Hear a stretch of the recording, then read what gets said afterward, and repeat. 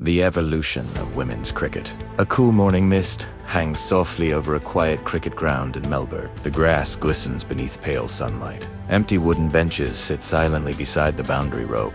Far away, a flock of birds drifts across the gray sky, and inside the stillness of the stadium, one sound echoes gently through the cold air. The bounce of a cricket ball, slow, sharp, lonely. The young girl stands near the pitch wearing oversized pads and worn gloves. Her shoes are dusty. Her bat carries scratches from years of practice. The world around her still feels uncertain, as if the game was never fully built for her. Yet she continues practicing. Shot after shot, ball after ball, because sometimes history begins quietly.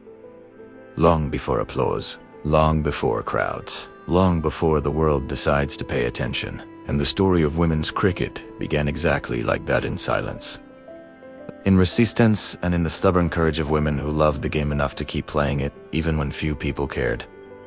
A game built in the shadows. For much of cricket's history, the sport belonged publicly to men. The stadiums, the headlines, the money,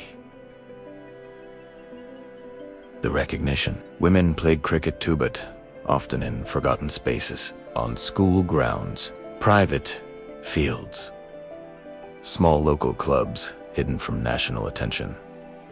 There were no giant contracts, no packed stadiums, no television cameras waiting beside the boundary line. Only passion, only discipline, only love for the game itself. And one of life's deepest truths is this: people who build history rarely begin with recognition. They begin with belief. Women's cricket survived because generations of players refused to let the sport disappear from their lives, even when society dismissed them, even when opportunities were painfully limited, even when nobody was watching. The early pioneers. The first recorded women's cricket marches appeared in the 18th century in England. At a time when women were expected to remain far from competitive sports, some still stepped onto cricket fields anyway. That alone required courage. Because every generation inherits invisible rules about what people are allowed to become, and every meaningful change begins when someone quietly refuses those limits. By the early 1900s, women's cricket slowly became more organized. Clubs formed. Regional competitions appeared. Communities of female cricketers began supporting one another. Then came a historic moment. In 1930, for the first women's test match, took place between England women's national cricket team and Australia women's national cricket team. Long before massive sponsorships or worldwide broadcasts, these women carried the responsibility of proving the game belonged to them too, and they played with extraordinary skill, discipline, and pride. But recognition remained limited. The world still looked elsewhere, playing for love, not fame. For decades, many women cricketers balanced sport with ordinary jobs and daily responsibilities.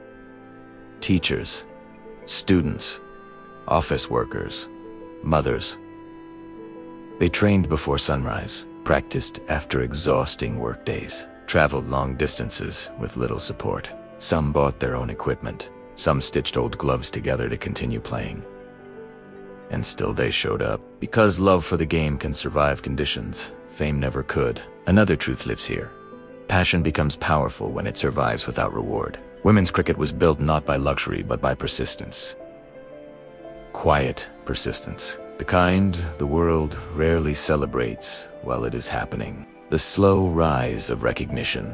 Then slowly the world began changing. Women's sports gained greater visibility. Television expanded.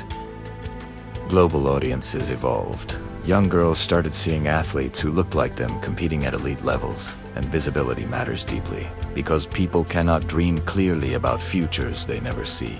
The International Cricket Council began investing more seriously in women's cricket. World Cups grew larger. Professional structures improved. Crowds slowly increased. Then came players who transformed public attention completely. Mithali Raj brought elegance and consistency that inspired millions. Ellyse Perry became one of the world's most admired athletes. Meg Lanning led with calm dominance. Sana Mir became a symbol of resilience and leadership in Pakistan. These women did more than win money. They expanded imagination, and imagination changes generations. The world begins to watch. Then came one of the biggest turning points in modern women's cricket, the 2017 Women's Cricket World Cup final at Lord's Cricket Ground. The atmosphere felt different. The stadium was full. Millions watched worldwide. The match between England women's national cricket team and India women's national cricket team became emotional, dramatic, historic. And something important happened that day. People who had never watched women's cricket before suddenly understood its beauty, its pressure, its skill, its emotional power. That final changed perception globally. And perception is powerful because many barriers exist not in reality, but inside human assumptions. Franchise cricket opens new doors. Then franchise leagues accelerated everything. The Women's Premier League, Women's Big Bash League, and other professional tournaments created opportunities that earlier generations could barely imagine. Young female cricketers now had clearer career paths. Financial stability improved. Training standards evolved. Global audiences expanded rapidly. Girls who once played quietly on local grounds now dreamed of packed stadiums beneath floodlights, and another truth emerged. Opportunity changes confidence. Confidence changes performance. Performance changes history. Women's cricket was no longer surviving. It was growing. Fast. The worn cricket bat. Return now to that old cricket bat resting beside the boundary rope. Its edges cracked from years of use, its grip faded by sweat and time. Simple, worn, powerful. That bat symbolizes generations of women who continued playing even when the world gave them little in return. Women who practiced without recognition, who competed without wealth, who carried the sport forward quietly until the world finally began paying attention. And life often works the same way.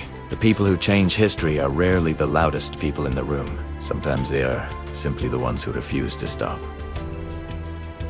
Beyond cricket, the rise of women's cricket changed more than sport. It changed visibility, confidence, representation. Young girls across the world now see possibilities previous generations never had. Families support daughters differently. Communities think differently. The game itself became richer because more voices entered it. And perhaps that is the deeper lesson hidden inside this story. When barriers fall, human potential expands everywhere. Final reflection. Night settles softly over Melbourne Cricket Ground. The crowd has gone home. Floodlights dim slowly into darkness. Empty seats rest beneath the cold night sky. And near the peach-worn cricket bat leans quietly against the boundary fence. Still, silent, patient. A reminder that women's cricket was never built overnight. It was built through generations of persistence, through invisible sacrifice, quiet courage, and love for a game that many refused to abandon. And because they kept playing, millions of young girls today can dream louder than ever before.